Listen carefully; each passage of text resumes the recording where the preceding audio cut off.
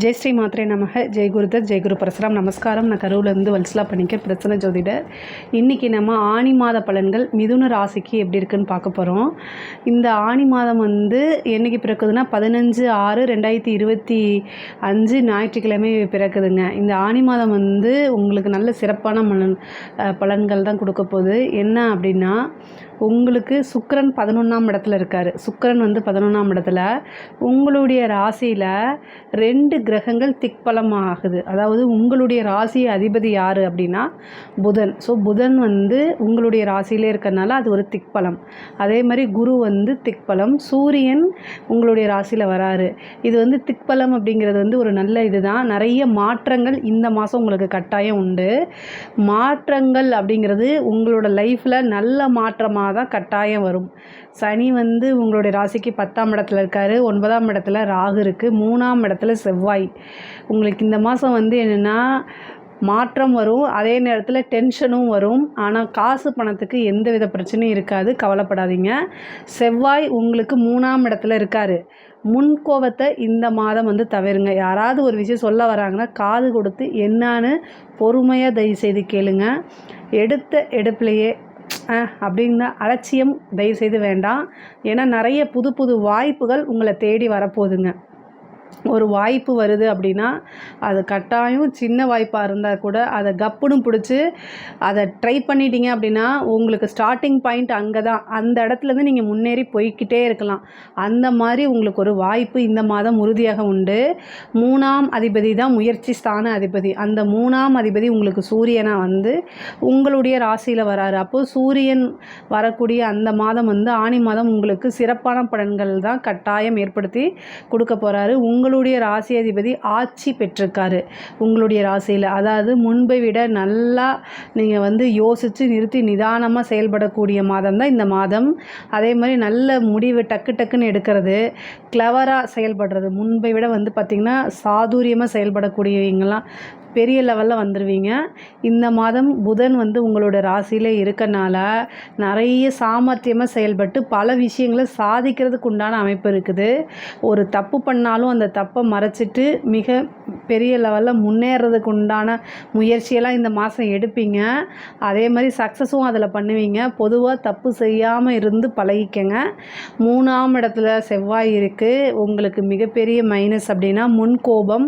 அதை தவிர்க்கிறது ரொம்ப ரொம்ப நல்லது. கோபப்பட்டு வார்த்தைகளை விட்டிங்கன்னா அது உங்களுடைய வளர்ச்சிக்கு ஒரு கரும்புள்ளியாக மாறும். அது மிகப்பெரிய தடையாக மாறும். அதனால் கோபப்படாதீங்க. சகோதரன், இளைய சகோதரன், இளைய சகோதரி அவங்களுடைய இணக்கமான சூழ்நிலைகள் உருவாகாது. பிரச்சனைகள் அந்த மாதிரி விஷயங்கள் வரத்துக்கு உண்டான வாய்ப்பு இருக்குது. அல்லது சண்டை சச்சரவுகள் வரத்துக்கு உண்டான வாய்ப்புகள் இருக்குது. ஒரே ஒரு விஷயத்தை புரிஞ்சுக்கோங்க. என்னதான் இருந்தாலும் அவர்கள் உங்களுடைய சகோதரன் சகோதரியாக இருக்கிறாங்க. உடன்பிறப்பாக இருக்கனால கட்டாயம் இன்றைக்கி இல்லைனாலும் என்றைக்காவது அவங்களுடைய ஆதரவு உங்களுக்கு தேவைப்படும். அதனால் வார்த்தைகளை விடுறதும் வீண் வம்பு சண்டைகளை தவிர்க்கிறதும் ரொம்ப ரொம்ப நல்லது. அதே மாதிரி கோர்ட்டு கேஸு சம்மந்தப்பட்ட விஷயங்கள்லாம் உங்களுக்கு வெற்றி கட்டாயம் கிடைக்குங்க. தொழிலை பொறுத்த வரைக்கும் தொழிலில் நல்ல மாற்றங்கள் இருக்குது. நிறைய புது புது விஷயங்களை செய்வீங்க. இந்த மாதம் தொழிலை மாற்றுறதுக்கு உண்டானது, இடம் ஷிஃப்ட் பண்ணுறது, இந்த மாதிரி விஷயங்கள் உங்களுக்கு நடக்கிறதுக்கு வாய்ப்பு இருக்குது. தொழிலை மாற்றலாமான்னா தொழிலையே ஒரு சிலருக்கு மாற்றுறதுக்கு உண்டான அமைப்புகளும் வருது.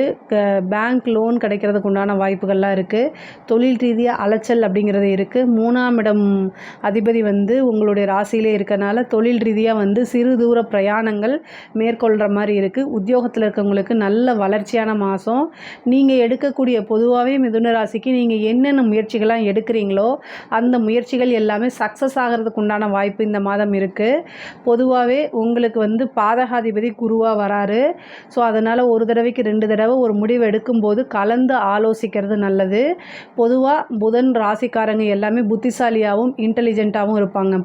இந்த மிதுன ராசிக்காரங்க அப்படிங்கிறது கன்னி ராசிக்கும் மிதுன ராசிக்கும் அதிபதி புதனாக வரதுனால அவங்க பொதுவாக ஓரளவு நல்ல மற்றவங்களை காட்டிலும் நல்ல நாலேஜாகவும் இன்டெலிஜென்ட்டாகவும் இருப்பாங்க. ஆனால் ஒரு முடிவு எடுக்கும்போது பாதகாதிபதி உங்களுடைய ராசியில் இருக்கனால சம்டைம் பாதகமாக போகிறதுக்கு வாய்ப்பு இருக்குது. ஒரு தடவைக்கு 2 தடவை யோசித்து உங்களுடைய நலம் விரும்பிக்கிட்ட கலந்து ஆலோசிச்சுட்டு நீங்கள் ஒரு முடிவை எடுங்க.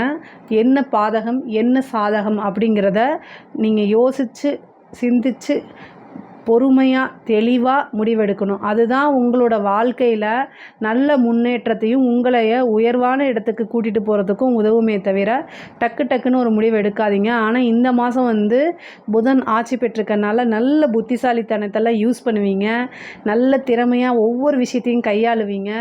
புத்தி சாதுரியமாக, அதாவது சாணக்கியத்தனம்னு சொல்லுவோம் இல்லையா, அந்த விஷயங்கள்லாம் யூஸ் பண்ணி உங்களோட வளர்ச்சிக்காக யூஸ் பண்ணிக்குவீங்க. அதில் சக்ஸஸும் ஆவீங்க. இந்த மாதம் வந்து உங்களுக்கு எந்த விஷயங்கள் தொட்டாலும் சரி அதில் சக்ஸஸ் தான். காரிய சித்தி அப்படிங்கிறது 100% இருக்குது. அதே மாதிரி முயற்சி நீங்கள் வந்து கொஞ்சம் நிறைய அலைச்சல்கள் இருக்கணும். முயற்சிகள் எல்லாமே பலிதமாகக்கூடிய அமைப்புகள் இருக்குது. காரிய சித்திக்காக கணபதி வழிபாடு பண்ணுங்கள். யமகண்ட நேரத்தில், புதன்கிழமை வரக்கூடிய யமகண்ட நேரத்தில் நீங்கள் என்னென்னா ஒரு தீபம் போடுங்க. 2 தீபம் தேங்காய் எண்ணெயில் போடுங்க. அது வந்து நீங்கள் என்ன காரியம் செஞ்சாலுமே அது சித்தி ஆகிறதுக்கும் அது வெற்றி ஆகிறதுக்கும் இருக்கும். அதே மாதிரி உத்தியோகத்தில் நல்ல ப்ரமோஷன், மிகப்பெரிய லெவலில் உங்களோட விஷயங்கள் எல்லாமே தெரிஞ்சு பாராட்டுகள் அங்கீகாரங்கள்லாம் கிடைக்கும். படிப்பில் வந்து நல்ல புத்திசாலித்தனம் வரும்.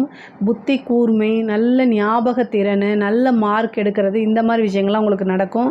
படிப்பில் நல்ல முன்பை விட நல்ல ஆர்வம் அதிகமாகும். வெளி மாநிலங்களுக்கு செல்லக்கூடிய அமைப்புகள் படிப்புக்காக, அதே மாதிரி வந்து உயர்கல்விக்காக வெளியூர், வெளி மாநிலங்கள், வெளிநாடு செல்லக்கூடிய அமைப்புகள்லாம் மிதுன ராசிக்கு வருது. ஒரு ஸ்கூலில் இருந்து இன்னொரு, அதாவது நீங்கள் படிக்கக்கூடிய இடத்துல இருந்து ஸ்கூலோ அல்லது காலேஜோ வேறு பக்கம் போகிறதுக்கு உண்டான அமைப்புகள் தான் மிதுன ராசிக்கு இருக்குது. இன்டர்ன்ஷிப்பு இந்த மாதிரி விஷயங்கள்லாம் நீங்கள் ட்ரை பண்ணிங்கன்னா கிடைக்கிறதுக்கு உண்டான அமைப்புகள் இருக்குது. அதே மாதிரி காலேஜில் பிளேஸ்மெண்ட் ஆகிறது, உயர்கல்வியெல்லாம் வந்து நல்ல ஸ்கோர் எடுத்து பாஸ் ஆகிறது, நல்ல பர்சன்டேஜோட வெளியில் வர்றது, நீங்கள் நினச்ச இடத்துல வேலைக்கு போகிறது, இந்த மாதிரி விஷயங்கள்லாம் கட்டாயம் உங்களுக்கு நடக்கும்.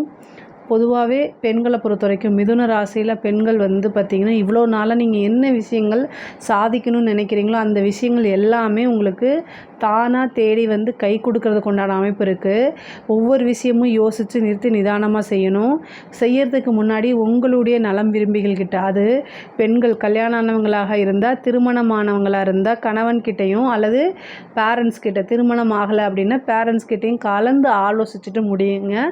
ஏன்னா உங்களுக்கு குருவும் புதனும் சேர்ந்துருக்காங்க. புதன் வந்து உங்களோட ராசி அதிபதிங்கிறதுனால 100% நன்மையைத்தான் செய்வார். ஆனால் குரு வந்து பாதகத்தையும் சம்டைம்ஸ் செஞ்சுருவார். ஏன்னா அவர் உங்களுக்கு 7 குடைவர் 10 குடைவர், பாதகாதிபதி அவர் தான். மிதுன ராசிக்கு 7ஆம் இடம் பாதகமாக இருக்கனால பொதுவாகவே உங்களுக்கு உங்களோட வளர்ச்சியை பார்த்து யார் பரிபூரணமாக எந்தவித எதிர்பார்ப்புமே இல்லாமல் சந்தோஷம் அடைகிறாங்களோ அவங்க தான் உங்களுடைய நலம் விரும்பிகள். அது மோஸ்ட்லி பேரண்ட்ஸாக இருக்கிறதுக்கு தான் வாய்ப்பு இருக்குது. ஸோ அவங்கக்கிட்ட நீங்கள் டிஸ்கஸ் பண்ணுங்கள். ஏதாவது ஒன்று இந்த பிரபஞ்சம் மூலிமா உங்களுக்கு நல்ல வழி கட்டாயம் காமிக்கும். நிறைய முன்னேறதுக்கு உண்டானது. ஆடை ஆபரண சேர்க்கை இருக்குது. அது கணவன் மனைவியிட இருந்த பிரச்சனைகள்லாம் நீங்கி வந்து உங்களுக்கு வந்து நல்ல குடும்பத்தில் நல்ல ஒற்றுமையும் மன மகிழ்ச்சியும் கிடைக்கும். பிரிந்தவர்கள் வந்து ஒன்று சேர்றதுக்கு உண்டான அமைப்புகள் இருக்குது. மிதுன ராசிக்கு பொதுவாகவே ஆண்களாக இருந்தாலும் சரி பெண்களாக இருந்தாலும் திருமண பிராப்தம் இந்த மாதம் வரும். ஒரு சிலருக்குலாம் திருமணம் கைகூடும். இந்த மாதம் திருமணம் நடக்கும். நிறைய பேருக்கு வந்து திருமணம் இந்த மாதம் நடக்கிறதுக்கு உண்டான வாய்ப்புகள் இருக்குது. திருமணம் ஆகாதவங்கெல்லாம் இந்த மாதத்தில் ட்ரை பண்ணுங்கள். ஒரு வரன் வந்து உங்களுக்கு ஃபிக்ஸ் ஆயிரும். அதே மாதிரி 5ஆம் இடத்தை உங்களுக்கு குரு பார்க்குறாரு. காதல் சம்மந்தப்பட்ட விஷயங்கள்லாம் வீட்டில் சொல்லி பர்மிஷன் வாங்கி வச்சுருங்க. ஒரு சிலருக்கு திருமணம் திடீர்னு ரிஜிஸ்டர் மேரேஜ் ஆகிறது, இந்த மாதிரி நடக்கிறதுக்கு உண்டான வாய்ப்புகள்லாம் இருக்குது. ஏன்னா குரு வந்து 7ஆம் இடத்தையும் 5ஆம் இடத்தையும் 9ஆம் இடத்தையும் பார்க்குறாரு.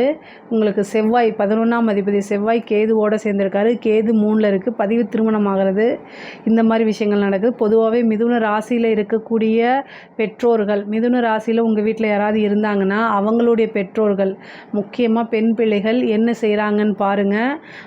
இந்த லவ் சம்மந்தப்பட்ட விஷயங்கள் நீங்கள் பர்மிஷன் கொடுக்கல அப்படின்னா வேறு வழியை யோசிக்கிறதுக்கு உண்டான அமைப்புகள்லாம் இருக்குது. அதனால் இதை பார்த்துக்கணும்.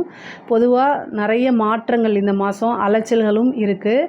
அதே மாதிரி ஒரு குருநாதர் வழிபாடு பண்ணுங்கள். குருவோடைய ஆசி பரிபூரணமாக இருக்குது. உங்களுக்கு தெய்வத்தோட கடாட்சம் இருக்குது. பூஜை புனஸ்காரங்களில் ஈடுபடுங்க.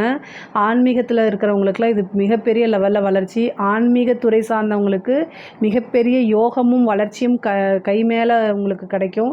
அதே மாதிரி அரசாங்க துறையில் இருக்கவங்களுக்கு ப்ரமோஷன் கிடைக்கும். உங்களுடைய வேலைகள் எல்லாமே அங்கீகரிக்கப்படும். உங்களுடைய வேலைகள் ரெகக்னைஸ் ஆகி உங்களுக்கு மிகப்பெரிய லெவலில் பாராட்டுகளும் விருதுகளும் கிடைக்கும். நீங்கள் எதிர்பார்த்துருக்கவே மாட்டீங்க. திடீர்னு ஒரு ப்ரமோஷன் மற்றவங்களுக்கு போகிறது, அவங்களுக்கு ஏதோ ஒரு குறி வந்து அந்த ப்ரமோஷன் உங்களுக்கு வரதுக்கு உண்டான அமைப்புகள்லாம் இருக்குது. நல்ல சேலரி இன்க்ரிமெண்ட்டு கிடைக்கும். அதே மாதிரி அரசியல்வாதிகளுக்கெல்லாம் மிகப்பெரிய யோகம், முன்னேற்றம் இருக்குது. கட்சி தலைமையிடம் பாராட்டப்படும், அங்கீகரிக்கப்படும். உங்களுடைய வேலைகள் எல்லாமே பாராட்டுவாங்க. பொதுமக்களுடைய ஆதரவுகள் கிடைக்கும். அதே மாதிரி மீடியாலெலாம் நீங்கள் உங்களுடைய ஃபேஸ் தெரிய ஆரம்பிக்கும். நீங்கள் இன்னார் தான் இந்த மாவட்டம் இந்த விஷயங்கள்லாம் செய்கிறீங்க அப்படின்னு ஃபேமஸ் புகழ் கிடைக்கிறதுக்கு உண்டானது. ஏன்னா புகழுக்கு சூரியன் தான் அதிபதி. அவர் வந்து உங்களுக்கு வந்து உங்களுடைய ராசியில் இருக்கார், 3 குடையராக போகிறாரு. 11ஆம் இடத்துல உங்களுக்கு சுக்கிரன் இருக்கார். அதனால் வந்து என்னென்னா இந்த மாதம் வந்து உங்களுடைய பேர் புகழ்லாம் பெருசாக வெளியில் பூம் ஆகிறதுக்கு உண்டான அமைப்புகள் இருக்குது. மிகப்பெரிய லெவலில் நீங்கள் வந்து மாறுறதுக்கு உண்டானது. உங்களை யாருன்னே இவ்வளோ நாளாக தெரியாமல் இருந்தால் கூட இந்த மாதம் வந்து நீங்கள் யார் என்ன அப்படின்னு தெரியறதுக்கு உண்டான அமைப்புகள்லாம் இந்த மாதம் உங்களுக்கு இருக்குது. அரசியல்வாதிகளை கட்டாயம் யூஸ் பண்ணிக்கணும். அதே மாதிரி முன்கோவப்பட்டு ப்ரெஸ்ஸு மீடியாலாம் வந்து பேசக்கூடாது. பேசக்கூடிய வார்த்தைகளை கவனமாக இருக்கணும். செவ்வாயும் கேதும் 2ஆம் இடத்துல 3ஆம் இடத்துல சேர்ந்துருக்கு. அப்போ வந்து என்னென்னா பேட்டி கொடுக்கும்போது கவனமாக உங்களோட வார்த்தைகளை வச்சு ட்ரோல் மெட்டீரியல் ஆக்கிறதுக்கு உண்டான வாய்ப்புகள்லாம் இருக்குது. அதை எல்லாமே நீங்கள் பார்த்துக்கணும். ஆனால் அரசியல்வாதிகளுக்கு வளர்ச்சி அப்படிங்கிறது உறுதி செய்யப்பட்டதாக தான் இருக்குது. பொதுவாகவே மிதுன ராசியை பொறுத்த வரைக்கும் நிறைய நன்மைகள் இருக்குங்க. நீண்ட தூர பிரயாணம் பண்ணி கோவிலுக்கு போகிறதுக்கு உண்டானது, புதுசாக தொழில் தொடங்கினா நல்ல லாபம் பார்க்குறது, சுக்கிரன் 11ல் இருக்கிறனால நீங்கள் நினச்ச ஆசை அபிலாசைகள் எல்லாமே நிறைவேறக்கூடிய அமைப்புகள் இருக்குது. மகாலட்சுமி வழிபாடு பண்ணிக்கங்க. ஆசை அபிலாசைகள்லாம் நிறைவேறணும் அப்படின்னா சுக்கிரனுக்கு அதிதேவதையான மகாலட்சுமிக்கு 2 நெய் தீபமும் தாமரை பூவும் சாத்தி வழிபாடு பண்ணுங்கள். அது ரொம்ப ரொம்ப நல்லது. மிகப்பெரிய லெவலில் யோகம் தரக்கூடிய மாதம் தான் இந்த ஆணி மாதம். ஸோ அதனால் உங்களுக்கு இஷ்டதெய்வ வழிபாடு பண்ணிக்கோங்க, குலதெய்வ வழிபாடு பண்ணிக்கோங்க. நிறைய பேருக்கு புத்திர பாக்கியம், சந்தான பிராப்தம் கிடைக்கிறது. திருமண பிராப்தம் மட்டும் இல்லை, திருமணமாகி குழந்தை இல்லாமல் இருந்தீங்க அப்படின்னா குலதெய்வ வழிபாடு பண்ணுங்கள். குரு பஞ்சமஸ்தானத்தை பார்க்குறாரு, புத்திரஸ்தானத்தை பார்க்குறாரு. அதனால் நல்லது நடக்கும். பொதுவாகவே 3ஆம் இடத்துல செவ்வாயும் கேதும் இருக்குது. முன்கோவத்தை தவிர்த்துருங்க.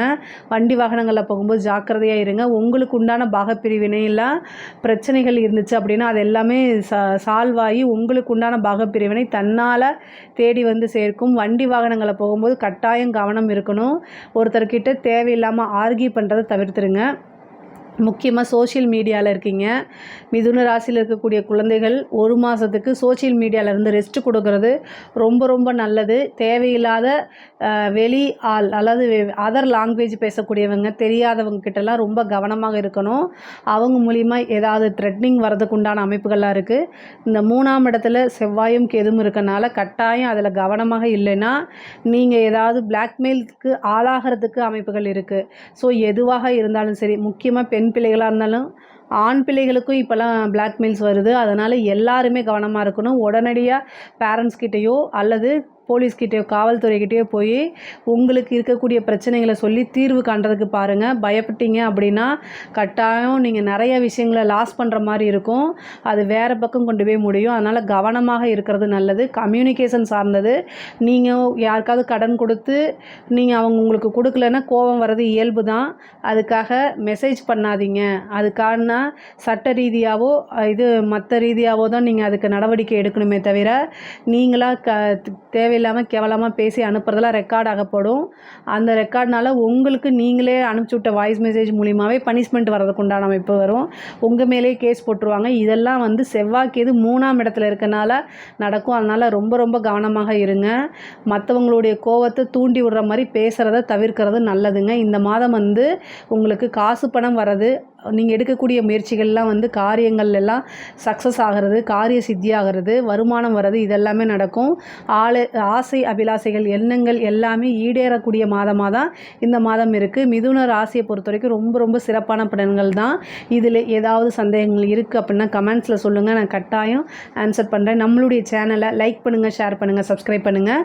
நன்றி, வணக்கம்.